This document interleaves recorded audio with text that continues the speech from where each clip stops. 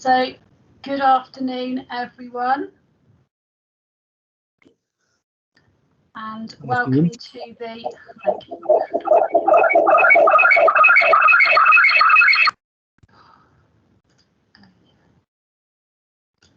Good afternoon, everyone, and welcome to the IFE Southern Branch's August 2021 webinar. Our topic today is external facades and risk assessment, and we're doing this ahead of the Fire Safety Act clarifications, which will come in a few weeks' time. So I'm Andrea White, and I am the Vice President of the Southern Branch, and I'll be hosting tonight's webinar. So this is our 5th online webinar, and we run these on the first Wednesday of every month. Although, just to confuse you, we have run this one on the 2nd Wednesday because last week was the IFSM conference. The webinar has been recorded, and we've now launched the branch webinar, and I will put the link to the branch website, which is ife-southern.org.uk, up on the chat in a minute, and you can find all the webinar recordings of previous webinars we've done on there. So this has been a really popular webinar. So if I can ask you all to certainly turn your microphones off, and possibly also, just to sort out web speeds and things, turn your cameras off, just because we're going to have over 200 people on this one, so lots of people, which is great. So on tonight's webinar, I am delighted to welcome Steve McGrill, and he's going to give us some insight into external facade and risk assessment. So before I introduce Steve, the presentation is planned to last around an hour in total, and then there'll be Q&A of approximately half an hour. So if you've got a question, if you can put it in the chat at any point, I will then collate all of those while Steve's doing his talk and put them to Steve at the end of the presentation. So without further ado, let me introduce you to Steve McGrill, who is a fire safety consultant working with Cooper Reed, and Steve has a significant amount of experience of doing external wall work. So Steve, welcome, and over to you. Hello everyone. Let me just share my screen, and Andrew can hopefully confirm that's working as planned. Thank you very much. Welcome to this IFE presentation. So as I said, I'm Steve, and I'm going to spend the next sort of 45 minutes or so discussing external facades with buildings and kind of how they're going to impact on the fire risk assessment. So this is more looking at practical information for fire risk assessors rather than the wider risk assessment and appraisal, which we'll be covering next month. So we are going to talk about the issue at hand, the difference between the fire safety order requirements and that of the EWS 1 form. We're going to cover an overview of the main types of external facade systems on residential buildings and how to identify them, the risk posed by the different types of system, and potentially, I think, the issue from us as risk assessors to work out when we can assess that risk safely and when it might require a further risk assessment. And you're probably ahead of, if you're not aware of, the nice and easy to say fire risk assessment and appraisal, the FRAA, which will be coming in to kind of address that. So that's what we're going to go over. And we're going to start with the issue, really. And I think at the moment, there are two issues at hand.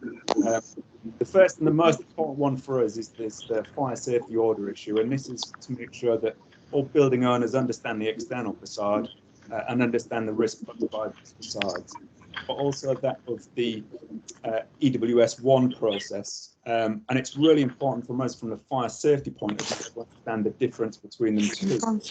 The external wall survey process, the EWS1, was just initially to free up the housing market. It was developed by RICS to try and say, look, we have issues with high-rise buildings with claddings. Let's do something that we can separate them out and allow us to continue buying and selling properties in the rest of the market. Unfortunately, as I'm sure we're all aware now, that hasn't quite happened as we intended to, and it seems to have been hijacked by lenders and mortgage companies almost to give themselves extra security in their lending requirements. And we've seen these EWS1 surveys being asked for, and literally everything from houses now through to concrete low-rise buildings, and even new builds as well. We're getting inquiries for people requiring an EWS1 form. That's led to the government coming out, and Mr. Robert Jenrick came and said, we don't need to do EWS1 forms on all these buildings under 18 metres. It's no longer a requirement, and he went out and said that that's been supported by the lenders, and the major lenders are all on board with this, and we shouldn't actually need to be doing these. Unfortunately, I think it's been misinterpreted in what the lenders said at the time, and what they actually said is, yeah, we'll take a review of this and we will change the lending criteria as we go through, and we will hopefully see these stop being asked for. But at present, there is still a big demand and a big request for mortgages to be needing an EWS1 process before they will go through. So this is going to stay with us for a long time.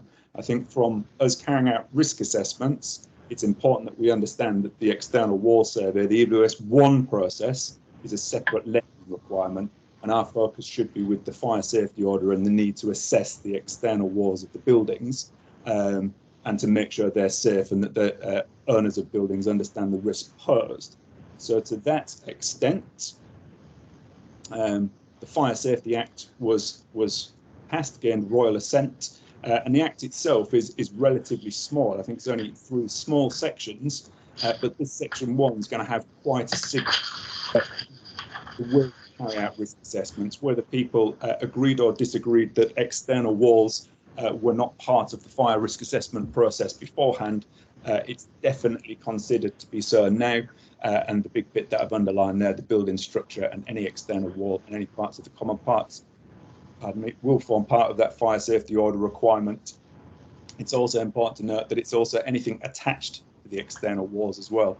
So that does include balconies, also things like solar PV, green walls, solar braes. They're all going to be part of this fire risk assessment and should be incorporated. Now, it's appreciated that it's not yet part of the reform order, but it will be imminent. And I think what's really important here is, even though it isn't a legislative requirement now, we shouldn't be ignoring this. And it comes back to the Grenfell inquiry and the fact that we know things are wrong and we should be acting on them now. So we shouldn't necessarily be waiting for this to become legislation. We should already be doing that. And to be fair, I think the majority of fire risk assessors and risk assessments are trying to incorporate this into the structure of their fire risk assessments. So what do we mean by an external wall? Surprisingly, you would have thought there was a picture on the internet that would have shown the external wall of a building. Unfortunately, there wasn't. So I ended up drawing an external wall. So that's my fantastic artistic flair there. And what I've tried to show is effectively, I think the external wall is a bit confusing at a point, that it means everything from the inside wallpaper to the outside wall extension as well. So all of the things that contribute that external wall, they form an external wall system effectively. So in this case, I've drawn a nice masonry blockwork construction, so a cavity wall construction with a rendered finish, the boiler flue going through it, that's considered part of the external wall, and everything that goes within that system. And all of those create an external wall system. So each of those component parts put together make the external wall. One of the things I think from the point D is anything more than 70 degrees forms part of the external wall. It's quite a difficult sentence to break down, but I've took 2 pictures and just tried to show so that you don't see them a lot, but a barrel vaulted roof would be considered part of the external wall structure. And I think things like the bottom picture, a mansard roof as well. So where there's habitable space within a roof space, that's considered part of the external wall as well. So what's required? I think we may have lost some of the purpose of the external wall and understanding what the relevance is, it is quite important. I think it's really important that whenever we look at buildings, we understand and we look back to the functional requirements, basically, of building regulations. They require that the external wall shall adequately resist the spread of fire over the walls from one building to another. This has been around for quite a considerable amount of time now, and the approved document B that supports the building regime, we'll show a picture in a moment of it, have also said since about 1992, I think it's in the 1985 version, but it was much more hidden away, that the external envelope of a building should not provide a medium for fire spread if it's likely to cause a risk to safety and health. And I think that's a really important bit that we've kind of potentially forgotten when we've been designing buildings recently. So when we think about carrying out risk assessments and going to buildings, it's really important from my view as a risk assessor to understand building construction and kind of before I even go to site, have an idea of when the building was built, what the building construction was, and then I can kind of start to work out how the building was made, potentially the internal fire structure, compartmentation and such. And when we think about the external wall, there's a diagram that's been around now since the first came out in the 1992 edition of approved document B. And this is something that I think fire risk assessors may not be fully aware of, but it's where the majority of our buildings' external walls are kind of designed from, this diagram. There was previously in the 1985 approved document B a very similar diagram, but explanation of what's required. And what we used to do up until the revises, which we'll cover in a minute, is depending on the building's location and its distance to a relative boundary was depending on how much fire resistance of that external facade was required, and also depending on the height.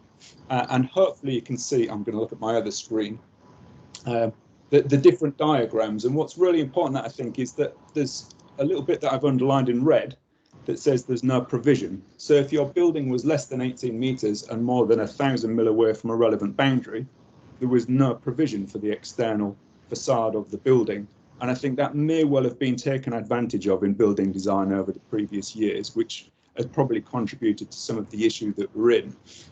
It effectively allowed for an awful wide range of different materials and types and constructions to be allowed.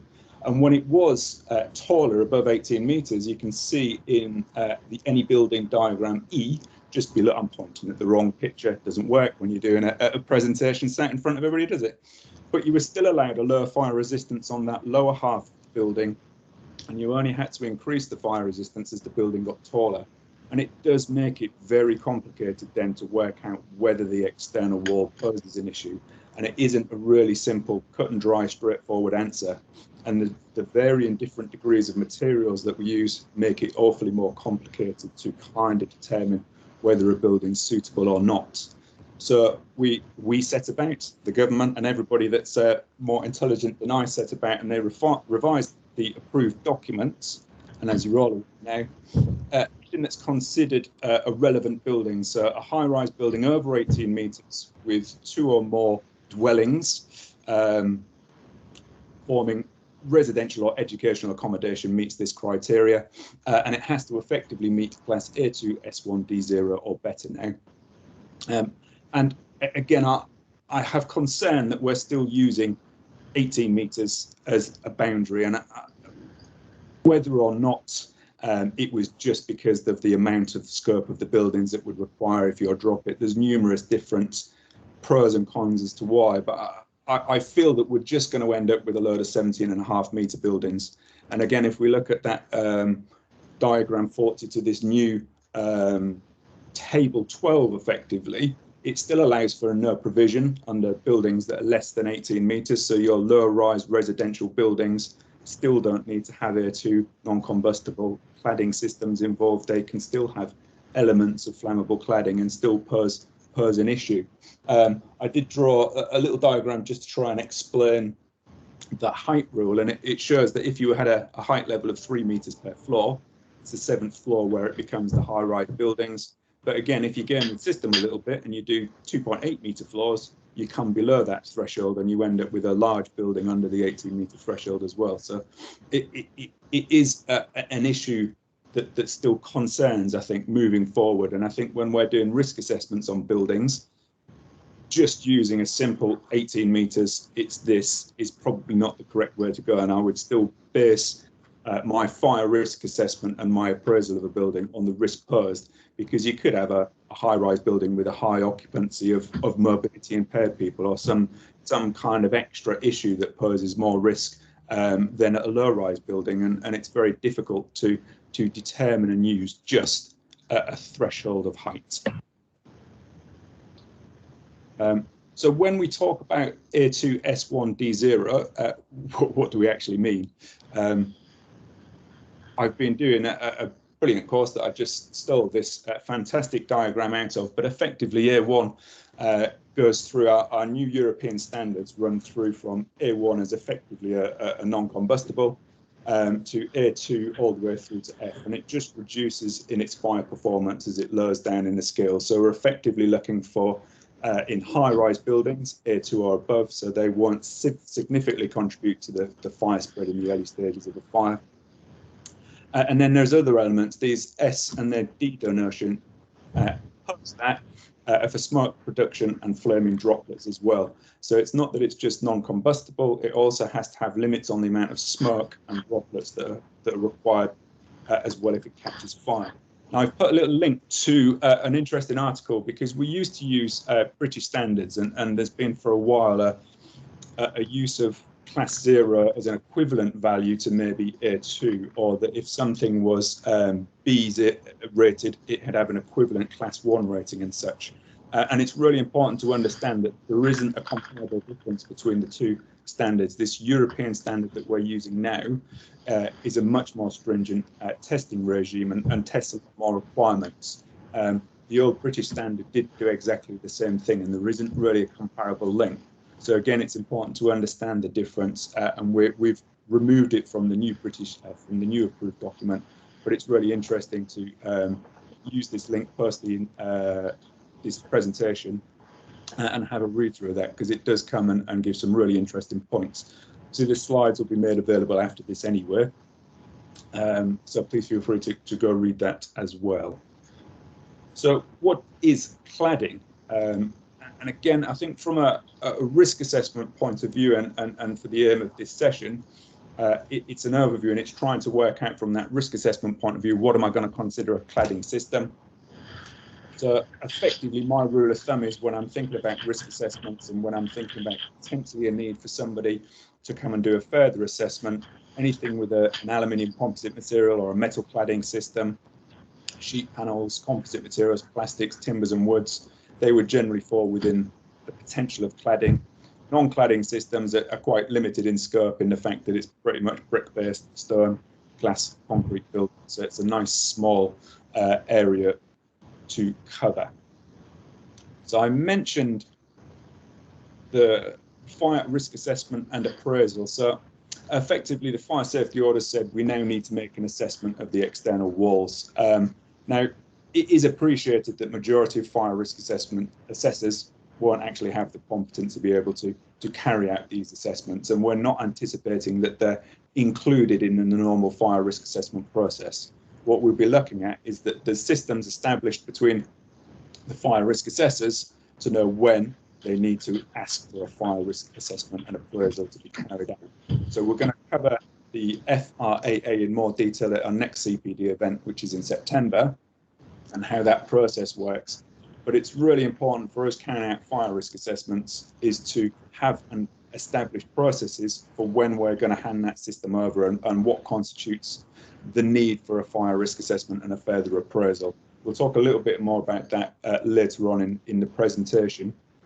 But it's important that we as fire risk assessors have systems in place that say, right, we're going to do this and we're not. I don't think it's going to be acceptable for us for every single fire risk assessment to just say, actually, I don't know what I'm talking about in this case. It needs to go on to another person and always hand it off. We're going to need to spend some time as an industry kind of upskilling, learning our weaknesses and where we need to stop and hand it off as well. And I think for anybody that's BAFE registered, FRAX registered, I think it's going to be important over these coming months to make sure we've got documented processes in place with potentially skill matrices to determine what type of building would require a further assessment, and almost route plan where that stops and where the next one goes. So we'll talk about that a little bit more. What we're going to talk about now, hopefully, is just the different types of external facades and try and help you spot and understand the different systems that are in place and when potentially you want to look at carrying out a further assessment.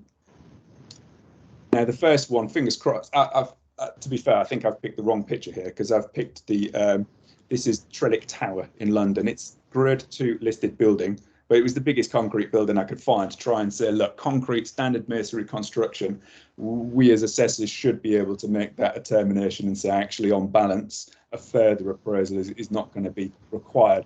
When I'm actually looking at that picture in more detail, there's probably a lot more of a complicated facade to that than it's initially thought. So it may require, but I think the important thing is that when we're doing our risk assessments, we take account of the external facade. We can see that it's masonry construction. We can take a general appraisal to say we know, especially with the older building built late 18, early 1900s, it's a masonry facade, it's masonry construction, it's unlikely going to need a further assessment.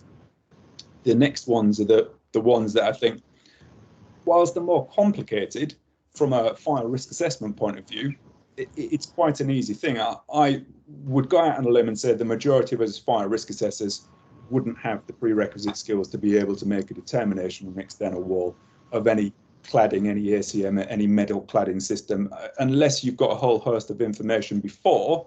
It's really difficult to make any judgment without any kind of invasive survey or at least desktop review to see what's going on. And just to, excuse me, highlight the difficulty out of those three pictures there, two are compliant systems and one isn't a compliant system. One has a ACM facade that is in the process of remediation work and the other two are absolutely fine. But you wouldn't have been able to tell that by just carrying out a fire risk assessment. The building on the right, I worked on through the whole build process, and there was a very lengthy process to make sure that was done. And we've got all the documentation. We took photos of all of the fire stopping, the cavities informed, and we've got all of that held on file. The middle one's a zinc-clad aluminium building over a timber substrate. Again, that was absolutely fine. And the one on the right, unfortunately, is an ACM clad building that's due remediation work. And it's just impossible to tell really from a view, from a risk assessment point of view, which would be which. So you would be more than likely putting these forward for further risk assessment and appraisal as a result of coming across this through a risk assessment process. HPL panels, high pressure laminates. Again, it would be very difficult from a risk assessment point of view to be able to say whether or not these are acceptable in their application.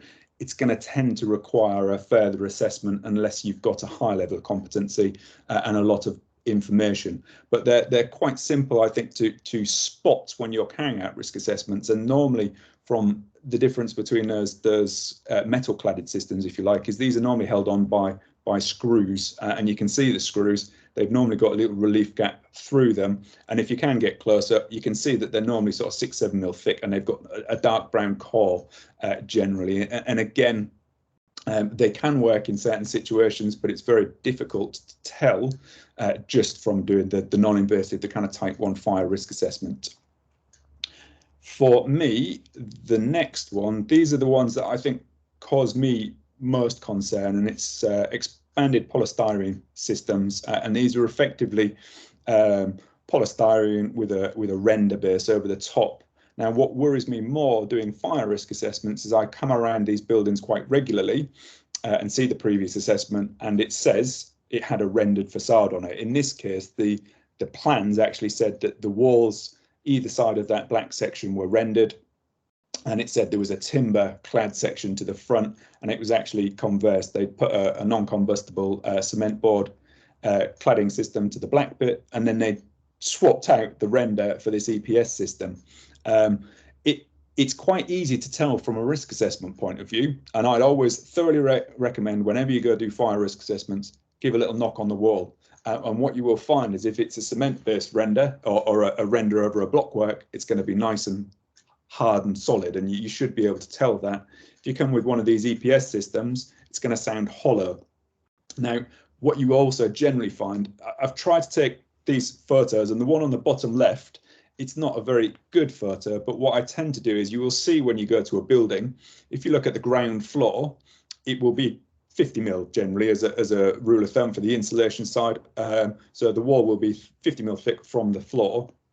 And if you put your camera under it, you will be able to take a picture and you'll see, in this case, the white polystyrene there. And you can see that it's got strengthening tape on there, and then it's rendered over the top. So you can quite easily see that it's an EPS system. Also, the other picture I've taken there on my right, it's been damaged through the door opening, and you can see the polystyrene in it. Again, if you're doing risk assessments, that should be that kind of red flag. So actually, this looks like a system that would require further inspection. They do these systems with over rock wool, so over a mineral wool, that are absolutely fine. And again, the EPS systems, if they're installed properly, are not necessarily an issue. The problem that we've had, or we've come across, is that they're supposed to have cavity barriers placed within the system at floor levels and junctions around windows and such, and it's supposed to be a mineral wool at least 150 mil thick, and they're just not putting those in. So they just, in this case, it's a high-rise building, and they've just put polystyrene all the way up the side of the building as well. So it potentially poses a quite a significant risk, and it's definitely something that would require a further assessment to see whether it's suitable for continued use on those applications. These are quite an interesting one as well. Brick slips, quite difficult to spot sometimes from a normal facade. And actually, Andrea pointed this out. The picture on the left is actually, it's a big interlocking concrete system. And where they're prefabricated off-site, they have a repeated pattern. So if you look at the picture closely, you will see that as you go up the building, there's repeated sections of brickwork that look very peculiar, and it's very regular. So it's a good way of telling. I'd also say that neat corners are a giveaway for a brick slip system.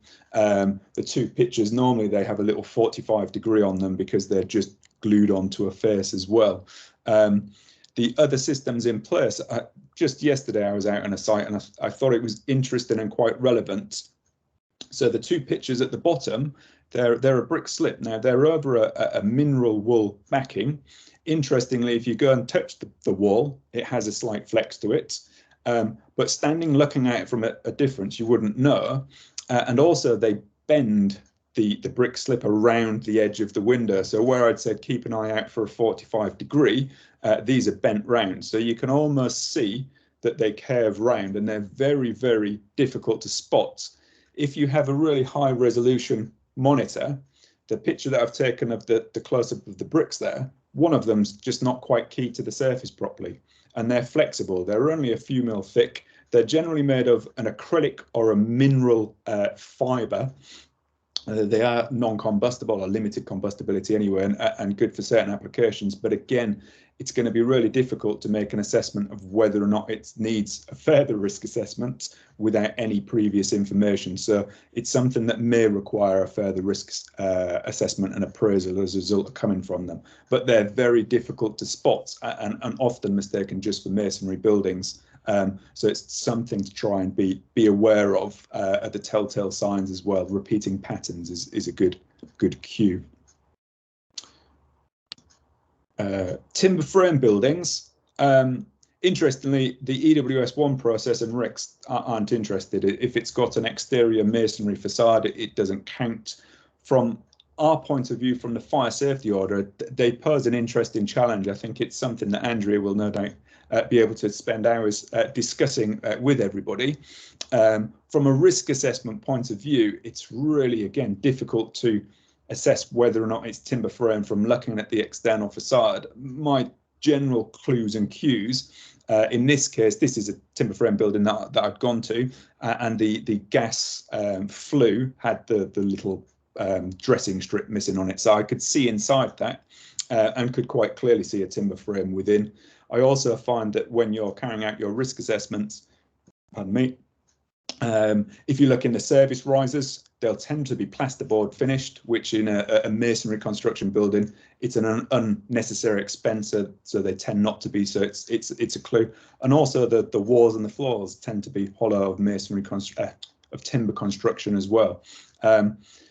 It's going to be very much based on the risk assessment as to whether or not you determine that there's an extra risk that require a further inspection. The issues we have generally with timber frame buildings are substandard construction, and it tends to be hidden within the framing work as well. So again, depending on the competency and where you are as a risk assessor, I would always err on the side of caution with these buildings, especially with the amount of deficiencies that we come across in those building processes, and look to get those further risk assessments and appraisals done to make sure the building is, you know, safe and continued for use.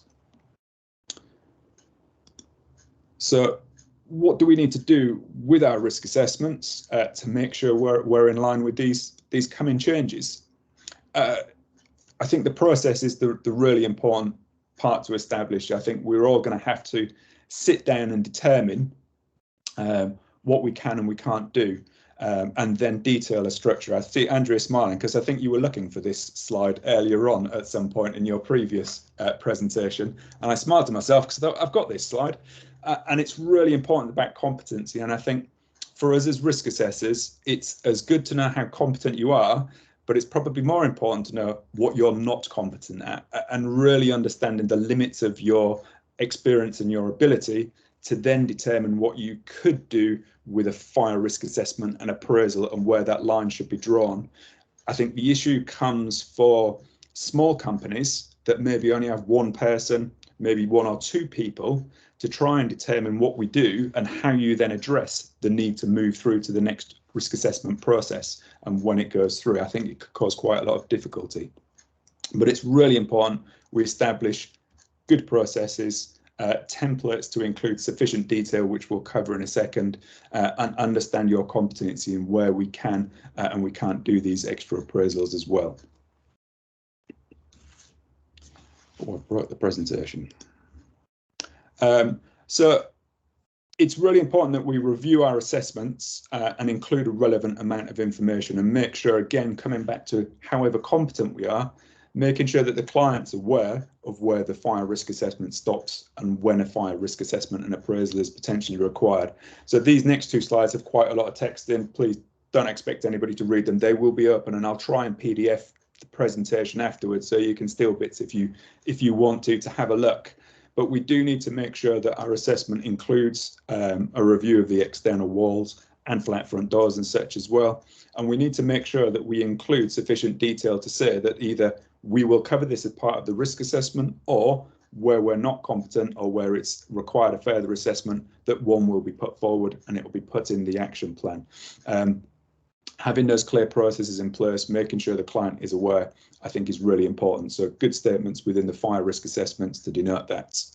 And then I think what's really important for us physically doing fire risk assessments is capturing enough detail. I think we've all been necessarily guilty in the past of almost drop-down assessments and trying to speed the process up to capture as much information in a streamlined approach. But I think it's possibly time in the industry we kind of step back a little bit and almost go back to slightly more detail in the report. I think there's two benefits. Capturing enough detail, and especially through a peer review process. So hopefully people carrying out risk assessments, they're having their reports checked by a peer to make sure that they're suitable and sufficient as well. But also giving that person who's checking the assessment enough information to make sure that they can check is really important. So I feel that we should be putting a good description in of the building, what we saw. And again, I think it was the FIA that put a good bit of information together on making sure we say that it's a visual inspection and it's not an invasive inspection, and these are the things we've assumed. And then I think what's really important is that if we're going to ask for a further risk assessment and appraisal to be carried out, we put a good clear reason as to why.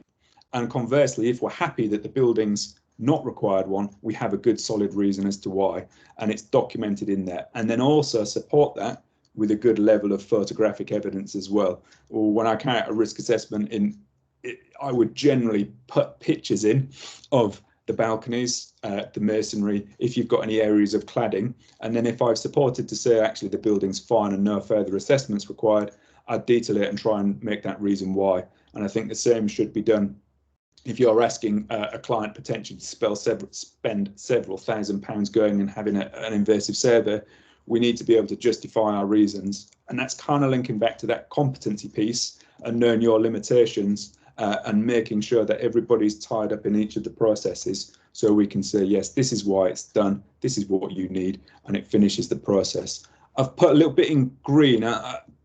The EWS process, I think, should be outside of the fire risk assessment process. I think whilst that initial idea was sound, we've almost watered down and it's moved out of the fire risk assessment genre, if you like, and it's almost coming back again. But I have found, especially with low-rise buildings, that some mortgage lenders were happy to take a fire risk assessment instead of an EWS1 form. It's kind of changing, so I just put a little bit in that you may be able to add to help your client as well. So look, it doesn't need an EWS1 survey, and sometimes mortgage lenders are happy with that in a risk assessment. But again, focusing on the fire safety order, that's not necessarily a requirement. It's just making sure that we add the relevant amount of detail so we can support our claims. So what's the problem with balconies? I think, unfortunately, going back to that diagram 40 and this issue with no provision, if you look at the wording in some of those original approved documents, it said wall. It said something along the lines, I can't remember, I should have written it down. There you go. The no provision statement was provided where walls could not be shown to meet the requirements. And there's very specific text within the older approved documents that say walls. And I think people were gaming the system at that point and said, well, my balcony isn't a wall, thereby it can be made of whatever I choose. And I cannot confirm or deny it, but I'm clear that that's definitely a cause of the issue that we're in. It's very odd that if you think about, we design a car, we build a car, you go to BMW, whoever you like, you buy the car, you wouldn't expect the person selling the car to then say, sorry, sir, you know, you can't drive that car. We've made it, but it doesn't drive. And it's very odd that we can create houses or flats with balconies, but then tell the residents, no, sorry, you can't really use the balcony. No, you're not really, no, you can't put anything on it. And it kind of goes against what's required. Ultimately, I think when we're looking at balconies, we again have to think about the regulation B4 and the means for unnecessary fire spread across the facade of the building. I think whenever we're doing it, that's the bit we should focus on. We're kind of happy now that I think everything over 18 metres will be required to be at A2. The issue still comes from us as assessors with these low-rise buildings that still have no provision, that still are allowed combustible materials on the external facades. And this is a picture I took. Again, it's a high-rise building. All of those decking, timber decking, and the one that I'd like to highlight, if you can see that the shed on that's actually the third floor.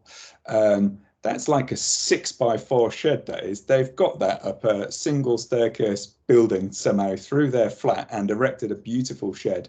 And on this building, I actually spoke to a couple of the directors. They were very nice and had a chat with the director who had a beautiful 6-ring gas burner barbecue on his balcony as well. And this building also has other issues that it's interesting that residents just aren't aware of those risks posed, and it's very odd to then say, yeah, you can't actually use your balcony for what you would want to use a balcony for because they've been built with all these flammable materials. So it's a really difficult thing to kind of assess, and it's easy just to say, well, you can't have anything and say nothing more, but there has to be some logic applied as well. And I don't think when we built buildings, we thought about that with these balconies. It seems to have posed quite a significant problem. I would suggest when we're assessing, it should be done as a risk-based approach. It shouldn't be a simple, you shouldn't have timber balconies on buildings. My view is that a low-rise building, masonry construction in good order, good fire safety systems in place, timber balconies are going to pose limited risk and shouldn't necessarily be required. Just so you're aware that the timber generally meets a Euro Class D, so it's not particularly flammable. That's the other way. It is particularly flammable. It doesn't meet that non-combustible. You can get paints, for want of a better word, that can increase their fire performance, but there's an issue there in the longevity, in that they may need repainting. So it's a very difficult thing to do. Composite decking comes along as a Class B S2D0.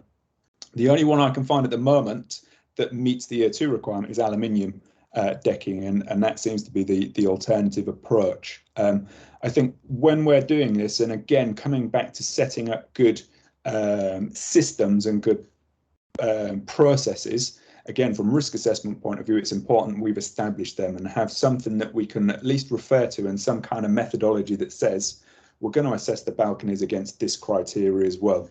And again, I've just put something together that tries to show that, and tries to show just the process of what we would expect to be in place, or what I would consider in place, and some kind of reasonable risk. And again, going back to that whole issue I had, that an 18-metre building is high risk and a 17.5 metre building, it's fine, it's low risk.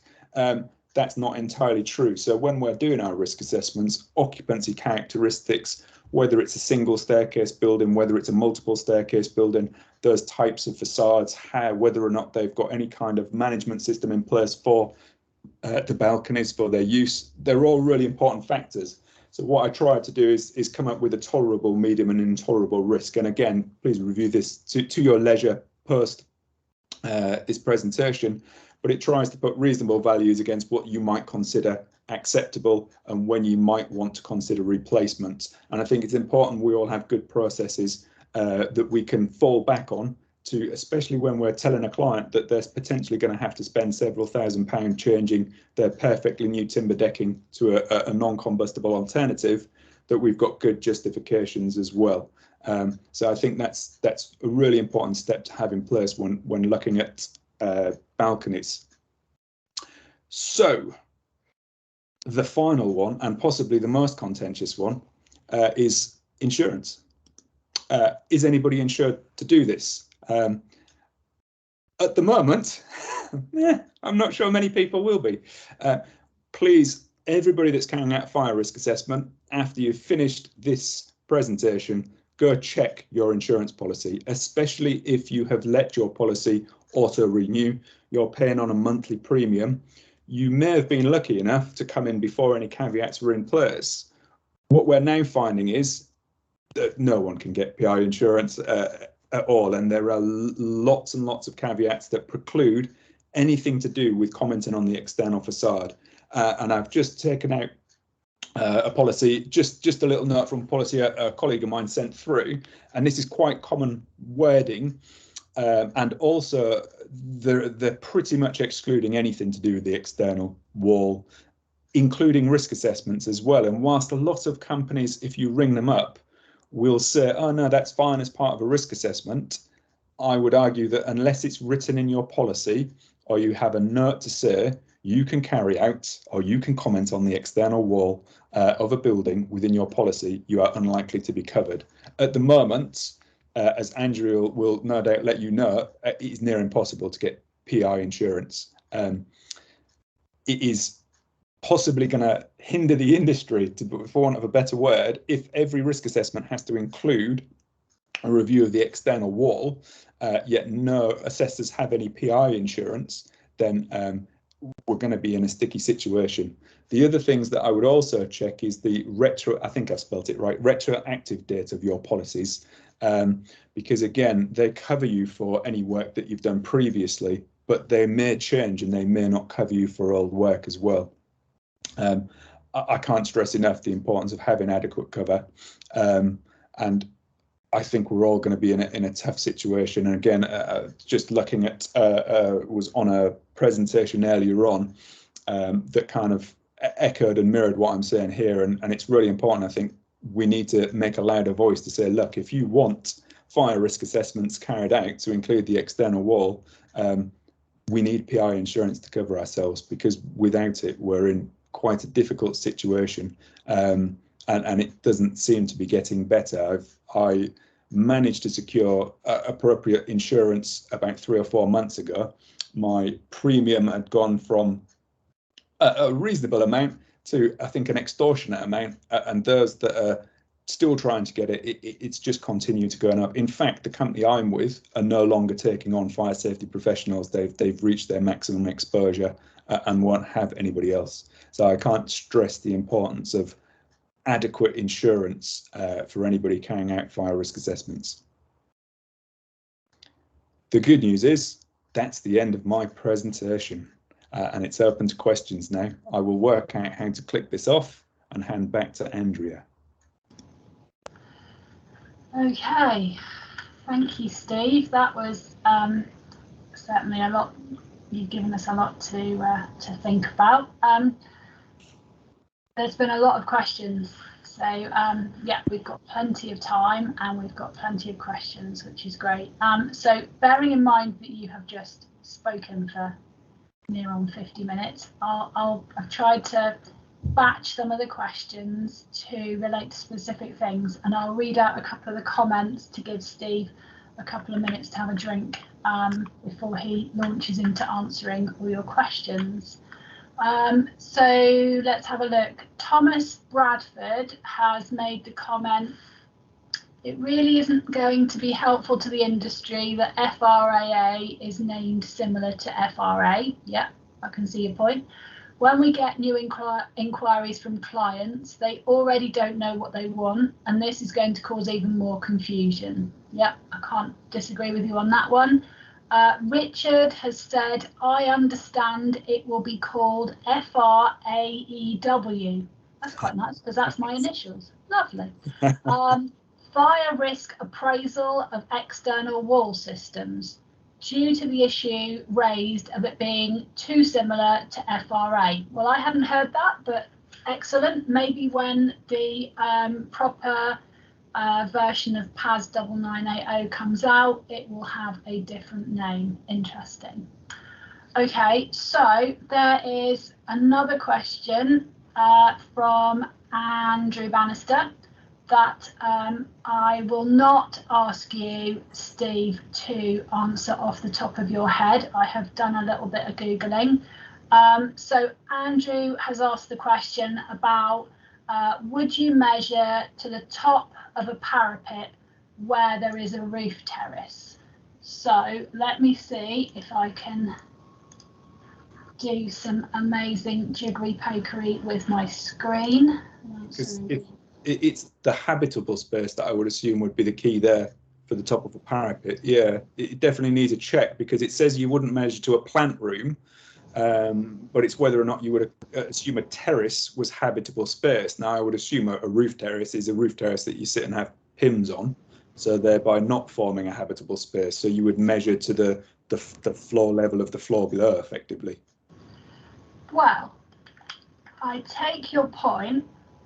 So we've got two, haven't we? We've got, I'm using volume 1 of ADB. We've got the height of the building, which I don't think is what Andy's on about, which is D4, diagram D4. And then we've got diagram D6, which looks at the height of the top story of the building. And I think the question is, when is a story the top story?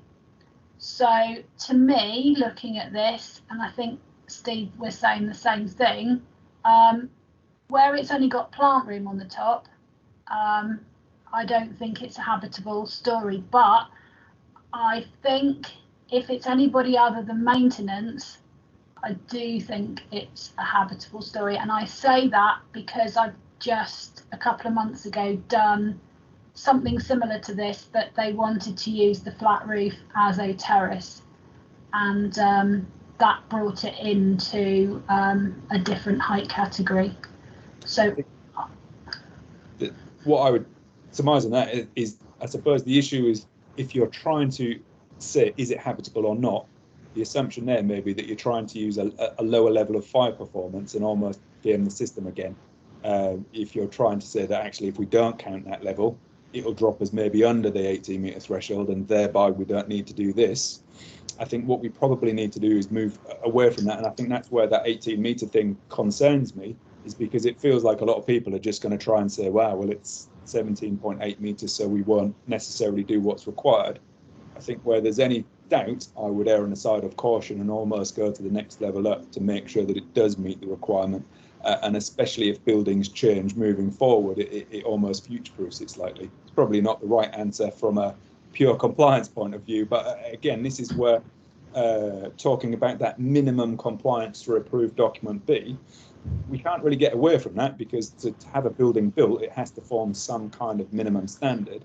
But where there's dubiousness or doubt on what's required, rather than going back and almost gaming it to the next level down, I would argue that we should probably say, well, it's this, and on balance, we should use this level of protection, rather than trying to minimise what we're doing. Okay, well, I'm going to say if it is occupied in some fashion by people other than maintenance personnel, then that is the top story. Your roof terrace is the top story rather than the floor below. So hopefully that answers your question, Andrew Bannister. Next question. One moment, please, while I get myself organised. So, Steve, you're up. Question time. So this is so we're going to talk EPS, and actually this is two comments, I think. The first one from Jason Sandland. On EPS, you also will not, without intrusive survey, be able to tell if compartmentation lines have replacement rock wool or similar materials behind the render. Render is usually acrylic that aids spread of flame, also needs to be considered. Right, so Jason is saying that you need to do an intrusive survey to tell whether there are fire barriers within the EPS render, and highlights the issues with the render being acrylic, not something cement based. And actually 9980 talks about that as well, because obviously a cement based render is non-combustible and an acrylic based one is oil based. So yeah, it is. And I agree with that, and I think that's the issue with the EPS system. Whilst it would prove, I mean, that there's supposedly a difference between the white polystyrene and the black polystyrene being of limited combustibility, it makes very little difference. But yeah, it would need an invasive survey to confirm. And even what I've found that the systems have been specified correctly. When we go to sites, they've not been installed as specified as well. So even when I've got specification to say, yes, it should have mineral wool bricks at floor levels, it should have metal returns around the window and proper edging details and stuff, you go to site and they're not there as well. And again, going back to just from a fire risk assessment point of view, if you're tapping and it's hollow and it doesn't sound like a masonry construction, then it's likely that that extra survey assessment will be required, and it can only really be confirmed by an intrusive survey. Yes. Lovely. On the same topic of rendered EPS, Martin Weller says, we've had a number of examples of projects where the installers of rendered EPS claim that cavity barriers aren't relevant because there is no cavity. Okay, well, okay, so no cavity barriers, but fire barriers? Yeah, and again, it's that brick, and whether it's relevant or not, the specifications are all there for the EPS systems. And again, if they're installed correctly, they're not necessarily at greater risk than any other external wall facade used in the right building in the right elevation. But I haven't come across a specification that doesn't require the mineral wool stops and the way that the edge details are done and the closing up. And the issue that I think with the original testing, they would test it for external flame spread as well. So they would use a piece of EPS with the render on it, but we get a lot of damage. There's air gaps and vents around the sides of the windows. There's bits that are damaged under them. And once the fire gets into the polystyrene, it spreads quite quickly through that internal cavity it creates as the polystyrene melts, and that's where the issue's coming. And then the render falls off and then it spreads some more as well. So whilst some people would argue it's not required, I definitely say it is, and I haven't come across a specification that says it's not. That makes sense. So Graham Can has given us a little bit of info on something that he's experienced. He said, I have recently received a NOD, notification of deficiencies, which contained this statement. There had not been an assessment on whether a fire spreading via the external facade could re-enter the premises via the automatic opening vent system, and whether the automatic opening vent system should function as normal or remain closed to protect the premises. I will be requesting an FRAA. Okay, so that is informal enforcement asking that question already. So someone's someone's ahead of the game and is having a little think about that. So that's probably something to consider. And if you, sorry. No, that's all right, and that will go back to some of those older buildings that have don't have the current cause and effect, where, you know, if you've got a stacked set of AV over a stair and there's maybe 5 or 6 windows, some of the old systems, they all opened together where they should only open on the fire floor and the rest remain closed.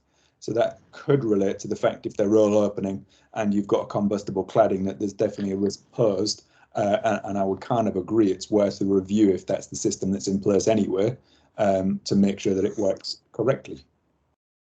Yeah, I think what they're saying is that they don't necessarily want vents on a staircase or the vent on the fire floor, if those vents are on the walls, to open. And that is certainly something that is considered by the draft document of 9980 as part of that sort of risk assessment, is where are the automatic opening vents? Are they in the roof, or are they in the walls of the building? But fair point. Right, now we're going to move on to timber frame now, my favourite subject. Peter Wilkinson, thank you for this one. Timber framed building internal walls tend to wobble when fire resisting doors shut. A good identification tip. Yep. Okay. I'll accept that. Yep. Thank you, Peter. For me, the amount of timber frame buildings that I go to that are of height, where the whole thing has shifted and the doors now don't fit in the frames anymore because you know, there's just so much settlement there. That for me is another one, and also opening the service cupboards, because it's unlikely that they're going to have plasterboarded adequately in service cupboards. Emma Burton has asked a question. Should all timber frame buildings be simultaneous evacuation if there are any concerns over build quality? Well, Steve, over to you. Well, it's nicely done. I think in real terms, no, because if they've been built appropriately to the right standards, then they've passed building regulations, they meet the required compartmentation and fire separation, and should be suitable for a stay put. That said, it's whether or not they maintain ongoing as a suitable stay put strategy. It's a dilemma, I think, that's been discussed in the wider environment, not necessarily just in timber frame, but the whole stay put versus simultaneous evacuation. We can't just make all buildings simultaneous evacuation. It doesn't necessarily work in a residential environment, but also puts a lot of other user groups and people at risk. So providing a building is built adequately, then a stay put strategy should be absolutely suitable in a timber frame building. The issues that we don't come across an awful lot of timber frame buildings that are built adequately. And arguably the issue, if it's built substandard, isn't to say, well, it should be simultaneous. The issue is, well, it should be built correctly and thereby rectified. So you would almost be following a path like what we're doing at the moment with cladding remediation, is a temporary simultaneous evacuation until those issues can be addressed. The concerns, I think, with timber frame is you don't have a lot of control over residents' demise, and the amount of times just going and doing a residential assessment, knocking on someone's front door, just ask, can I look at your front door? Them opening it to a fully open plan apartment with no walls, nothing in place. They've put spotlights, 600 spotlights in the ceiling, and they've done it all themselves. So you would have significant questions that still maintains its original design intent and may not be appropriate, but it's not as straightforward thing to assess, I think, in real terms, and should be done on a case by case. What's your view, Andrea? Oh, well, I did my master's thesis on whether stay put was viable in lightweight timber frame blocks of flats, and after many months, I came to the conclusion that it probably wasn't. And that was a long time ago. So I would agree with you. Most timber frame blocks of flats that I see are not constructed correctly. Basically, the plasterboard is the be all and end all, and on the outside, the cladding is the be all and end all. And if we compromise either of those, there's nothing to stop a fire once it gets into the structure, as we saw at Beechmere, as we saw at Worcester Park.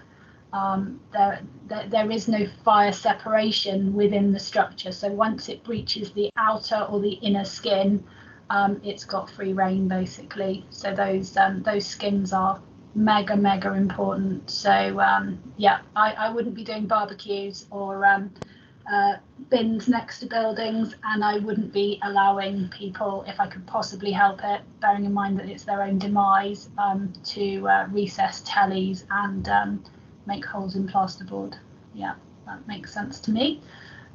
So another question on timber frame then, or actually it's more of a comment from Jason Sandland. On timber frame, if you have a gable end and can go safely into the roof void or see from a safe vantage point, if insulated at ceiling tie level, it usually gives away the frame structure as a clue in construction over traditional construction.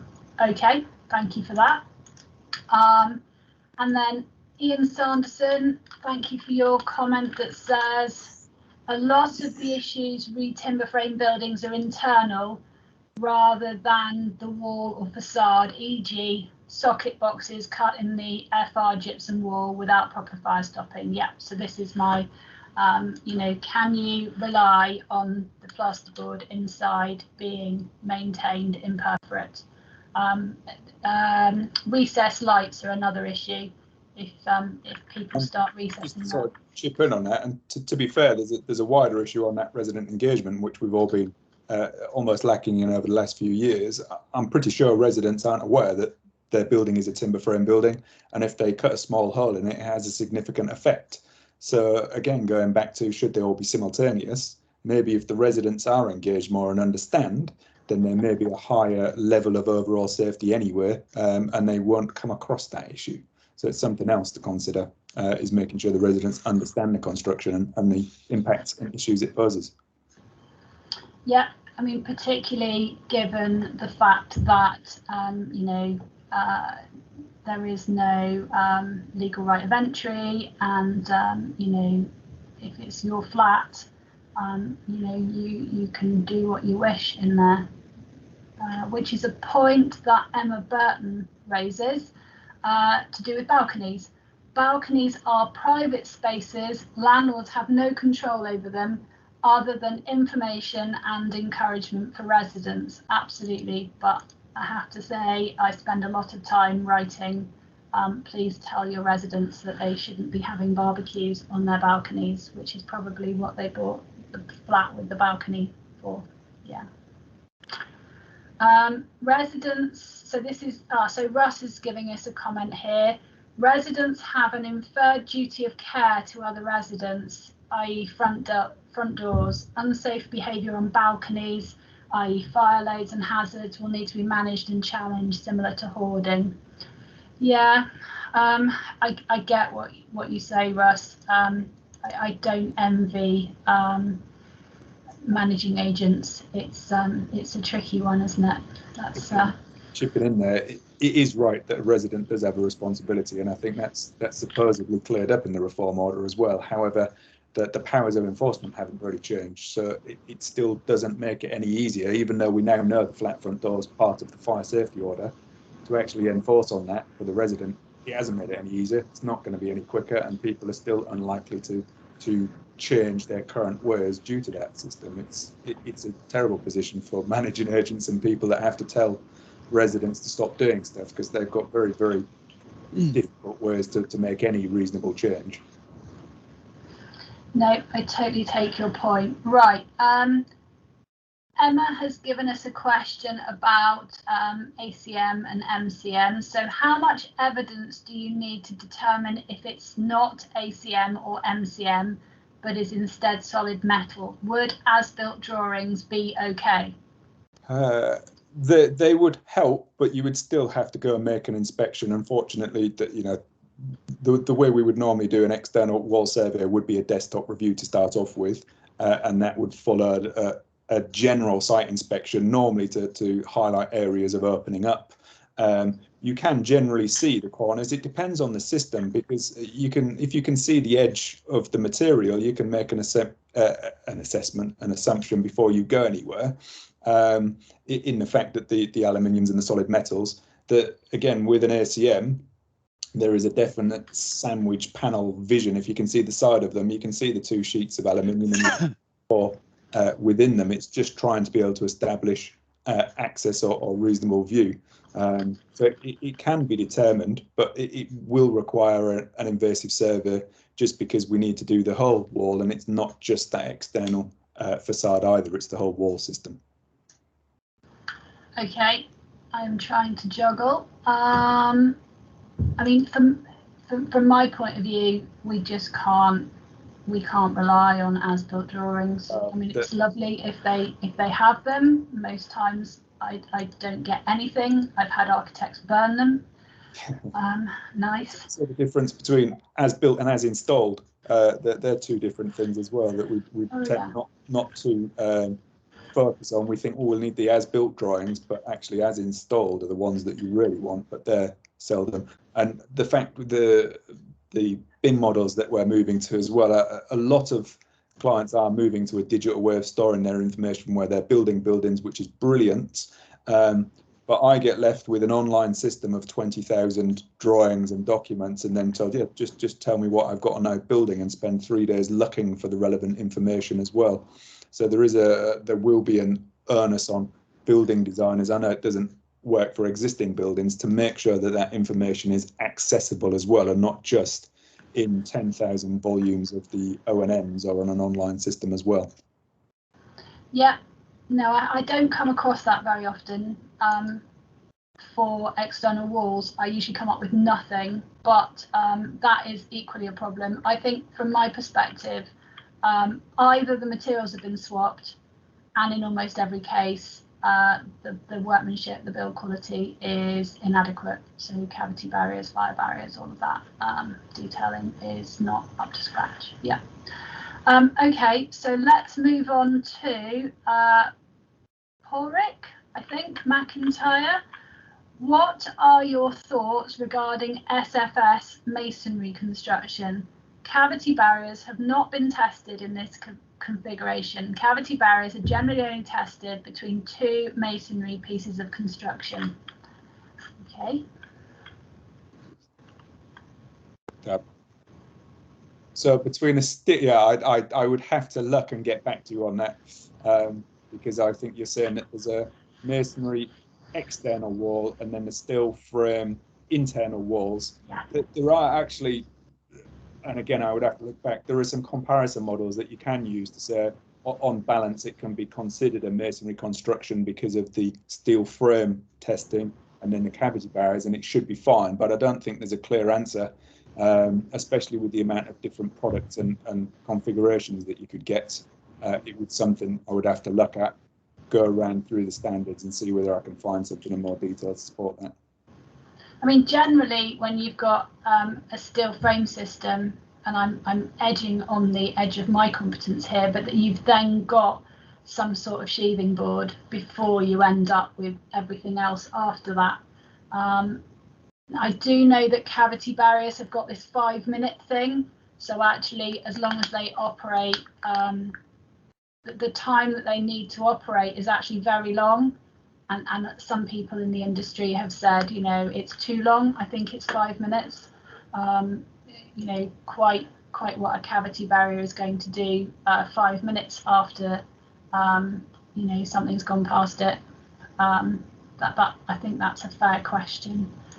Right, now, Martin Weller has asked some questions, and I have to tell you, I don't quite know what this FSA 21 is. So I'll read out the question. Steve, do you know what FSA 21 is? No. Okay, so I'll read out the question, and then Martin, perhaps you'd be kind enough to explain to us what FSA 21 is. So it says, the Nationwide has indicated that if buildings have fire risk assessments that incorporate FSA 21 and those assure that the building is acceptably safe, they will no longer require EWS1 forms. Hopefully, this might be the start of the end for the EWS1 debacle. Yeah, I think with them, they will stop requesting them, but it's going to take them time to come up with the right solution. And I think once the I think it does need renaming as well. It's the most ridiculous thing to try and say, just to pop an A on the end of that. Hopefully they will change it when it comes through. But that should alleviate some of the requirements, and it should really move back to the fire risk assessment and move away from this EWS completely anyway, because it should have really been held in, or in my opinion, the fire safety remit in the first place, and moving outside of that was simply a mortgage requirement. Okay, so thank you to Lisa and to Edward and to Martin, who clearly are using this acronym that has passed me by. It means the Fire Safety Act, Steve. There you go. We've learned something. So the Nationwide has indicated that if buildings have fire risk assessments that incorporate, right, so if your fire risk assessment incorporates the aspects that have been clarified by the Fire Safety Act, then they won't ask for an EWS1. Okay, well, that's great for everybody who can get insurance that covers them for doing that. Yeah, I'm envious of you. Yeah, and it requires your level of competence as well. So not forgetting that the FRAA is not part of the fire risk assessment. So again, it comes back to the complexity of the building and your competence. But yeah, that's kind of what I said to start off with, hopefully in the presentation, that people and some mortgage lenders are accepting a risk assessment on these low-rise properties that shouldn't really have them anywhere. And it has gone through, but they're still very seldom, and a lot will still ask for the EWS1 just because it's still in their system. We find it through that solicitor. Normally on the Friday, 20 minutes before the building is due to complete, we get the client ringing some up saying, I need an EWS form by 4 o'clock. Can you give me one, please? And nobody's seems to be stopping it at the moment, unfortunately. No, and I was on LinkedIn and saw a comment about EWS1 forms and how, you know, the question was, why can't lenders interpret FRAAs? And, you know, lenders are not fire safety boards, safety boards, they are financial boards. And, you know, the EWS1 form, for all its faults, it does very clearly say, you know, A1, A2, A3, B1, B2. It tells you, and they're told this is okay and this is not, and it's simple enough for non-technical people to be able to make that judgment. So the problem with that simplification, though, leads to mortgage lenders just won't lend on A2, A3 or B2. And in fact, some won't lend even if you've said you've got a B1 construction because they're not necessarily happy. So having that EWS1 almost can put you in the realm of you can't now get a mortgage because you've asked for one to try and help yourself out. So it's still a precarious position to simplify it, whereas it might be noted as a B2 and only require a few £1,000s to fix. So per person per flat, it's maybe £100 a flat, and it'll be absolutely fine. But the mortgage lenders won't lend whilst it's got that B2 requirement as well. So it can pose its own challenges in its simplicity. Yeah. Martin Weller says, good advice, Steve. I would never rely on as-built information alone. No, too many question marks on that one. So yes. Chris Harkin has said, in new builds, should external facade contractors be demanding marked up elevation drawings from the architect or consultant in conjunction with a fire strategy document clearly denoting specification? More often than not, we only see a small section relating to external walls, but it's not fully clear what the requirements are from the fire strategy. Okay, that's interesting. Well, yeah, I think yes is probably the answer to that. going from the fire strategy, saying what should be in place, and then from the wall contractor that's supplying the system. I've just been to a site which I think a lot of people are starting to do. So the external wall contractor have got the elevation drawings. They've marked out where all the cavity barriers, where all the fire stoppings required. They've got maybe 4 or 5 different elevations with different materials on. They're all denoted. They've then got reference numbers for each elevation. They've then got a file with each photo in, and at each key stage, there's photos of the cavity barriers put in, that the fire stopping that put in, that the actual mineral wool insulation, and they've kept all of those as documented evidence as well to show they're done. And I think that's the approach that we should be taking moving forward. The more evidence you can keep and hand over to the client, the better, I think. And without that, it's really difficult. And I think some of the issues we will have, so that EWS1 is supposed to be redone every 5 years. I don't know which finger in the air they use to determine the 5-year period, but as the result of PI, different people are going to be asked to do those reviews effectively in 5 years. Now, with your PI insurance and the insurance in general, you won't be able to take the word of the last guy. So you're going to have to open the building up unless there's enough evidence to be able to say, we've got photographs. We're allowed to rely on photographic evidence from a third party, provided it's from a reliable source. So as long as that's been done, it will really help everybody in the future to be able to manage this risk as well. Okay.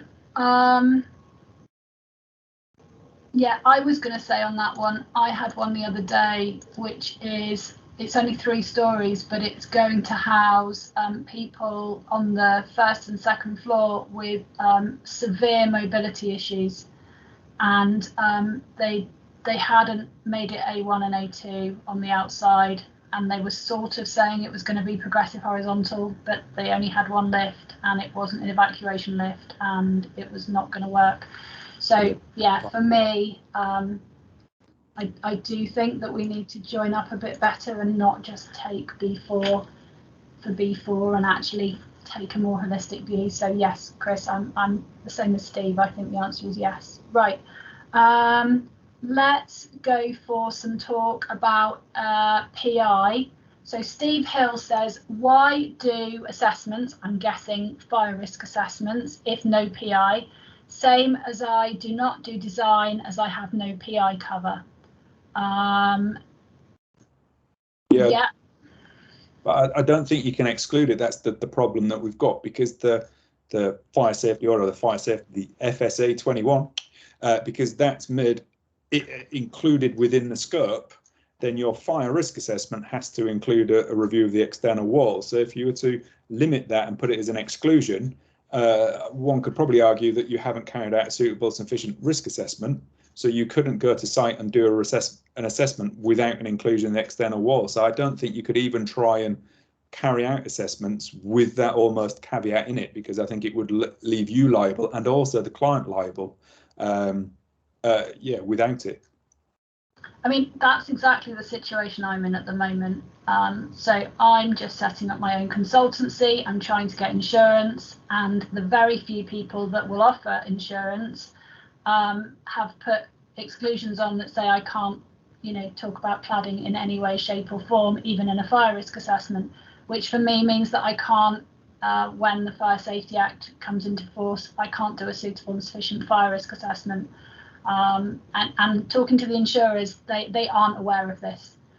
They're just scared, and they won't even change a full stop in their exclusion. They will not allow you to comment on cladding in any way, shape or form, which is quite an interesting position to be in. And the same, I suppose, for fire strategies, writing fire strategies. If you've got that exclusion, then how do you cover B4? I don't quite know how to do that yet. So that's next week's challenge. So Martin Weller says, I'm not sure that the capacity to accept these handovers of assessment activity to specialists exists.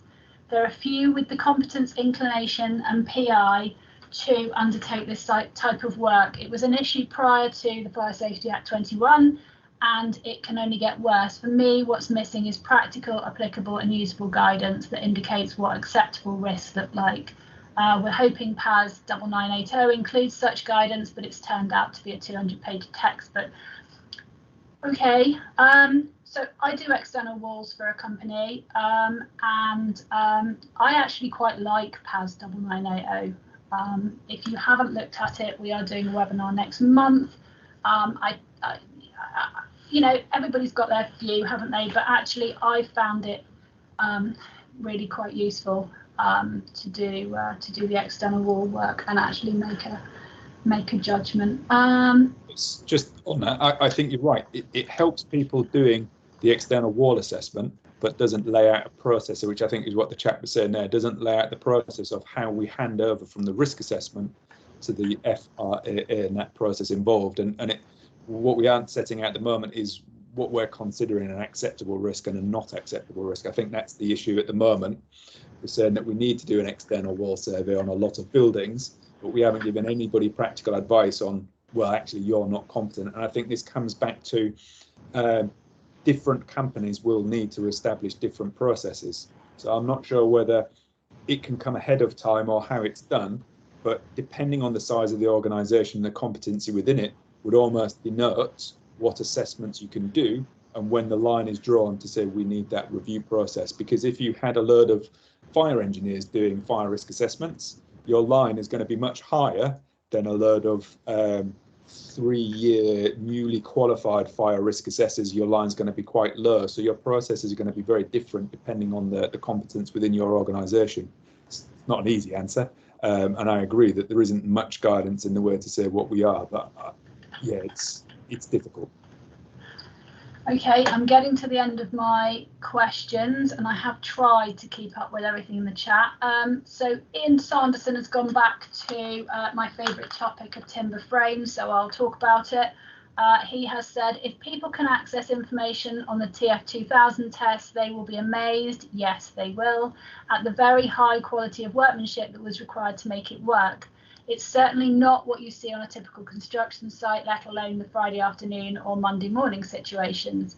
Yes, so for people who don't know, the TF2000 tests were a series of tests on a concrete, a steel and a timber frame building at Cardington. And the timber frame one did actually catch fire and was burning in the middle of the night. And yet they still accepted that they could go taller with timber frame. I've never been able to find an answer on that one as to why. So let's have so Peter Park here says, given the thread of the conversations, why are fire risk assessments now not taking a holistic overview of the fire safety in residential buildings and making this a legal requirement, as we are now doing with flat front doors, common areas covered, now EWS covered, but the biggest risk, the flats missed out. Okay, so Peter is saying we're covering the external wall, we're covering the flat front door.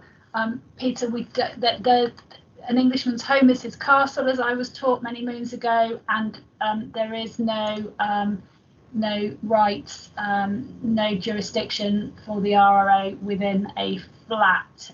Housing Act applies. And if it's designed and built correctly, then that flat in itself is a compartment, and it should be contained to the flat of origin, as with the majority of fires that are found in residential buildings that are built correctly. It's contained within the flat of origin.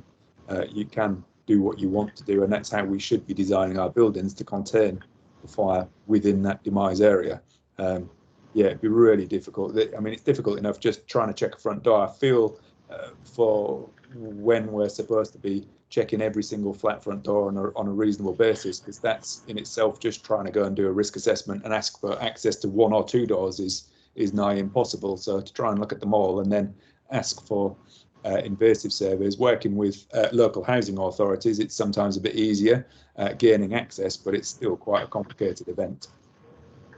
Okay, so 2 more questions and I think we'll call it a day. So Jordan Shaw says, with the changes to the FSO now including flat front doors because of their impact on the safety measures in the building, surely the balcony can also be included under the FSO as part of the external wall system? It is, isn't it? Yeah.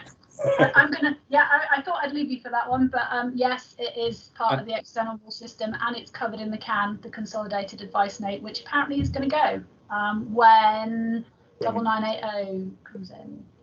Yeah, definitely. But and also when we're looking at other things, I think we're focusing on balconies, but the living gardens, external walls, the solar brise, I can never say the word, but things attached to it as well. I've been to a couple where there's balconies, and then they've attached just next to it a big vertical timber bit of pretty looking stuff that again has a potential to spread a fire all the way up the building that again people would have ignored. Solar PV would be another thing to be, let's say, concerned about, but definitely included in your assessment to make sure that that's being considered. I would argue even if it's on the roof, I would be considering that, whether it's included or excluded from the external wall, definitely covering that kind of thing as well. Okay, so the last question is from Tony Cash, and it says, what is the panel's view on the equivalency of competency to that of CEng fire as suggested by the RICS version 2 process? Steve? So in that just CEng can sign for external wall surveys, is that what you mean? So I think before March, there was a tighter restriction than after March on who could sign EWS one forms.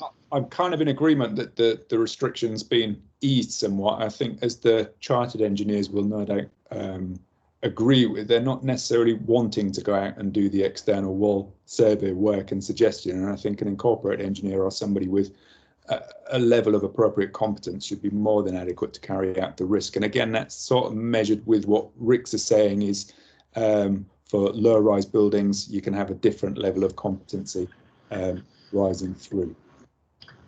Okay, yeah, I would concur with that. I'm an IEng and I do external wall work, and my background is practical, and I know a lot of CEngers have got very, very little site experience. They've been desk-based their whole life. So for me, this made a lot of sense because I think IEng is the place where this is actually the right place for that type of work. I've just seen that Ahmed Hussain has said about the Hampshire prosecution of Charles Morgan, I'm guessing. Thank you. We are aware of that, and we are looking to try and do 1 or 2 webinars about that towards the end of the year. If you do not know about the prosecution of Charles Morgan and you are a fire risk assessor, be afraid. I would suggest to you, I'm afraid, and have a read, have a Google on Charles's case.